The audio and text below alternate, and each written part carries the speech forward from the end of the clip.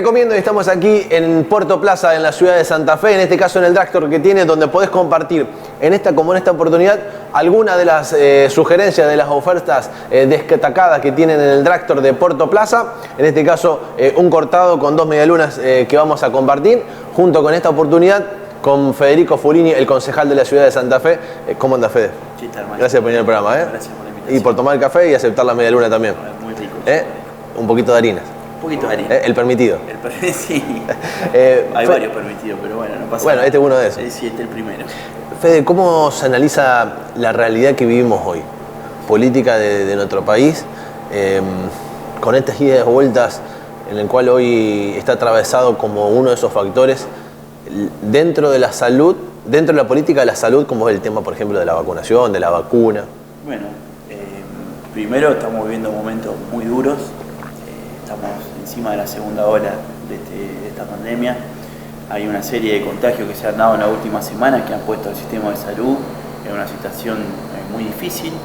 En la ciudad de Santa Fe, bueno, hace poco tuvimos que inaugurar un hospital de campaña que está sobre el Liceo Militar, enfrente del Hospital Cuye, porque el hospital no da abasto con la cantidad de enfermos COVID que requieren internación, que requieren cuidados intensivos.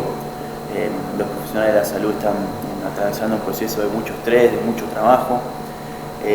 La sociedad está cansada, está angustiada. Ya llevamos un año y un mes, un año y 2 meses desde el primer caso de coronavirus que tuvimos en el país, pero también con mucha esperanza. Como bien vos decías, la vacunación está avanzando. Ya tenemos más del 15% de la población que al menos recibe una dosis.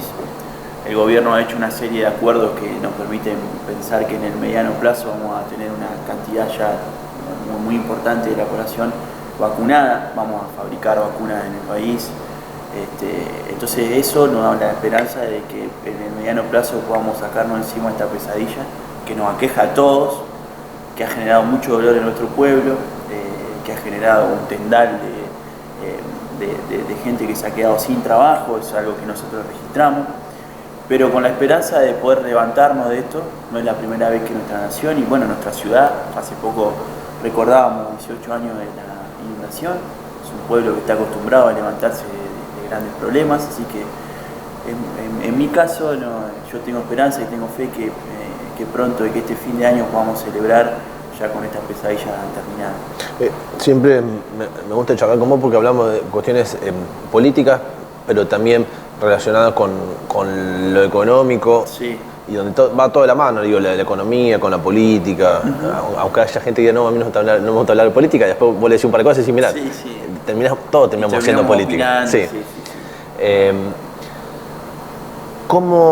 ¿Cómo ves o qué análisis haces hoy de la sociedad tan dividida y fragmentada? Yo hasta te diría en varias grietas, relacionado, por ejemplo, con lo que tiene que ver con hoy, que la gente se guarde, que no se guarde, en el cual hay muchas personas que dicen, tenemos que guardarnos, tenemos que estar adentro, tenemos que volver, no sé si es una fase 1, pero una fase 2, y otros te dicen, no, pues tenemos que trabajar, que es lo que yo creo, que hoy uno tenemos que ser responsables y seguir trabajando, pues si la rueda del país se para o se sigue parando, terminamos perjudicados todos.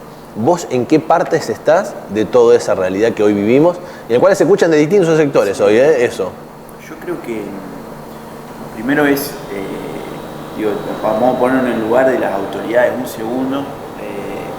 Que toman la decisión. No los insultemos, tratemos de clarificar la discusión y analizar. Uno tiene, por un lado, en un extremo, se te muere mucha gente si uno no controla, si uno no toma medidas restrictivas, y del otro extremo, si tomamos medidas restrictivas, sabemos que se pierde puesto de trabajo, sabemos que se lesiona la economía. En el medio yo creo que está una sociedad ordenada, con protocolo, que pueda trabajar y que sea responsable a la hora de sus actividades de tipo cotidianas, ¿no? Entonces hay dos extremos y hay un medio. Lo que tiene que hacer la política es tratar de llevar a la sociedad a ese medio, a que se trabaje protocolizado y ordenadamente, de manera que se baje la cantidad de contagios y el sistema de salud pueda atender a la cantidad de gente que se está contagiando y que no se muere. Ahora, naturalmente, que cuando uno toma medidas drásticas que tienen que ver con la defensa de la salud, no te queda otra. ¿Quién tiene las agallas para hacerse cargo de la cantidad de muertos que habría si uno dice, bueno, abramos todo, vayamos a trabajar libremente. Total, la gente con su responsabilidad individual... Sí, lo que pasa en Brasil, por ejemplo. Bueno, quedó demostrado que con la responsabilidad individual no alcanza. Digo, somos una sociedad que tiene determinadas características que no son ni buenas ni malas, ¿no? Nos gusta juntarnos, no nos gusta que nos digan somos hijos del rigor, digamos. Sí, no nos gusta que nos digan qué hacer, por ahí no tenemos cierta tendencia a la resistencia a la autoridad, digo, como pueblo. No es lo mismo lo que sucede en otras sociedades, por ejemplo la sociedad china. La sociedad china está hiper protocolizada y su pueblo está hiper controlado y han tenido los resultados que han tenido. Bueno, nuestra sociedad no es China, no es Italia, no es España, no es Estados Unidos, es Argentina. Entonces, digo, sobre la base de eso hay que ir tendiendo lo mayor posible a esa protocolización de las cosas y el gobierno controlando. Una vez, bueno, pero si eso falla y la sociedad empieza a relajarse, no queda otra que tomar medidas restrictivas. Y esas medidas restrictivas no se toman con gusto. O sea, seguro. Ningún dirigente está contento de decirle a la gente que no puede ir a ver no puede ir a una peña, no puede hacer esto, o decirle a los negocios gastronómicos que tengan que cerrar a un determinado horario. Uno sabe, uno es consciente de lo que sucede, pero también es consciente de lo que pasa dentro de la terapia intensiva.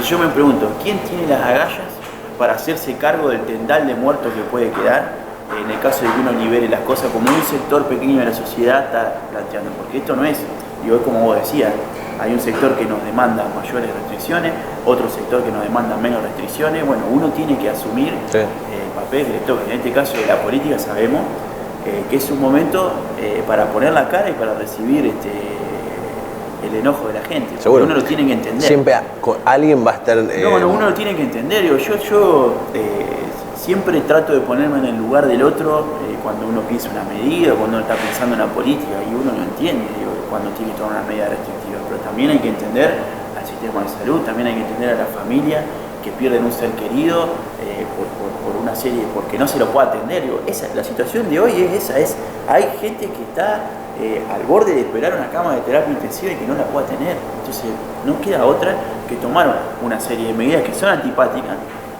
pero que buscan preservar la vida de la gente. Digo.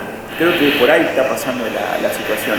En mi caso, insisto con esto, lo ideal sería protocolizar absolutamente todo, tener una municipalidad que controle. Yo creo que los municipios tienen un rol fundamental en esta pandemia. Y son el primer policía en este caso. Debería, digo, el control en este caso es central, pero el control no desde la lógica de la vigilancia, sino desde la educación, desde la pedagogía, que el municipio pueda controlar bares, gimnasios, pero controlar para educar, para no, abramos esta ventana, generemos más ventilación, fíjate, separa las mesas. Creo que el rol de los municipios en este caso es central, creo que ese es el ideal. Protocolizado todo, con una municipalidad que controle, articulando con el gobierno de la provincia, con las fuerzas de seguridad. Pero bueno, tenemos la sociedad que tenemos, somos lo que somos y sobre esa base tenemos que trabajar. Te llevo a otro tema como es lo económico. ¿Cambian algo en la vida nuestra de cada día? Digo, y en la vida podemos poner relacionado con lo económico, la inflación, el aumento de precios, que se llega a un arreglo o no con lo que es la deuda externa hoy. ¿Va a cambiar en algo o no cambia realmente? ¿O es tan macro que lo micro...? No, indirectamente sí. Digo, el hecho de que vos tengas una serie de acuerdos con los organismos internacionales de crédito de esta deuda absolutamente irresponsable y que no sirvió para nada, y que hay que decirlo, 50.000 millones de dólares que no sirvieron para nada. No se construyeron caminos, no se construyeron escuelas, no se hicieron inversión en infraestructura. ¿Para qué sirvió? Bueno, pero es fundamental arreglar las variables macroeconómicas para estabilizar lo que está sucediendo. Hoy tenemos un problema de deuda, tenemos un problema de inflación. Bueno, las reservas ahora están de a poco empezando a mejorar, pero es importante que nosotros resolvamos la cuestión de la deuda, porque de esa manera el Estado va a tener muchísimo más oxígeno y ese oxígeno se traduce en menos déficit fiscal. Hay una teoría, yo entiendo la inflación, que tiene varias causas. Una de ellas es el excesivo déficit fiscal, que vos tengas que imprimir billetes, es una de las causas. Para mí no es la más importante, de hecho hay economistas que cuestionan esa lógica de que porque vos imprimas billetes automáticamente se traslade a la inflación. Yo creo que no es automático, creo que es una de los motivos que la explican, pero fundamentalmente la estabilización de las variables macroeconómicas lo que va a generar es un país más previsible, es un país que va a ser atractivo para las inversiones, es un país que va a alentar a la gente que ahorra. Digo, el ahorro es muy importante, pero el ahorro entendiéndolo de si luego se va a invertir en algo, que es lo que nos falta por ahí. Ahora, uno entiende también al ahorrista o al pequeño empresario que en un momento de incertidumbre no quiera volcar su ahorro a la inversión que después genere puestos de trabajo y ese círculo virtuoso del que hablamos los peronistas.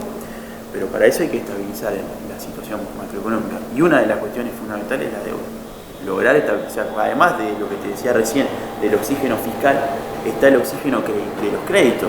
Digo, porque cuando el país, todavía no ha entrado, pero si entra en default o no puede pagar su deuda, el crédito se cierra no solo para el Estado, sino para las empresas. Claro, para todos. Entonces es fundamental que nosotros tengamos esa rueda en circulación. Ahora, desde la política, no podemos tomar préstamos para financiar la fuga de capital. Claro. Porque yo no soy un anticrédito. Viste que por ahí hay algunos discursos que dicen, no hay que pedirle más nada a nadie. No, hay que tomar crédito. Pero hay que tomar crédito para que se vuelque al sistema productivo. Para inversión. Exactamente. Si vos tomás un crédito para hacer una ruta, me parece bárbaro.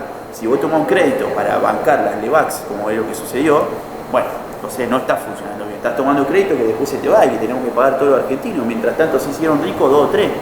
Entonces, digo, hay que aprender de lo que nos sucede y tomarlo en cuenta. Digo, no, por ahí, lo que nos falta a nosotros, los argentinos y las argentinas, es entender que esas cosas que parecen muy abstractas, que están ahí en el pensamiento, nos influyen en nuestra vida cotidiana. Porque si vos tenés un país que tiene la pesada carga de la deuda pagarla, son menos hospitales, son menos escuelas, son peores salarios para los estatales, un gobierno que pueda asistir menos. ¿Me explico? Sí. Entonces digo, hay que resolver estas grandes tareas estructurales y esperemos que tenga éxito la negociación del ministro Guzmán, que ya resolvió el acuerdo con los acreedores privados y ahora falta el acuerdo con el Fondo Monetario. Fede, gracias por estos minutos. Gracias a vos. Vamos a compartir una media luna ahora. Dale, chao. Con Federico Fulini, concejal de la ciudad de Santa Fe, en este caso compartiendo aquí en el Tractor, que funciona en Puerto Plaza, compartiendo en esta oportunidad con la promoción de las medialunas, con el café con leche, con el cortado más precisamente, donde lo podemos tomar aquí, adentro, como afuera, donde podés pasear, saborear, disfrutar lo que es el Puerto Plaza, el complejo que hay aquí, el paseo a pasitos de la avenida Lem en la ciudad de Santa Fe. Lo recomiendo.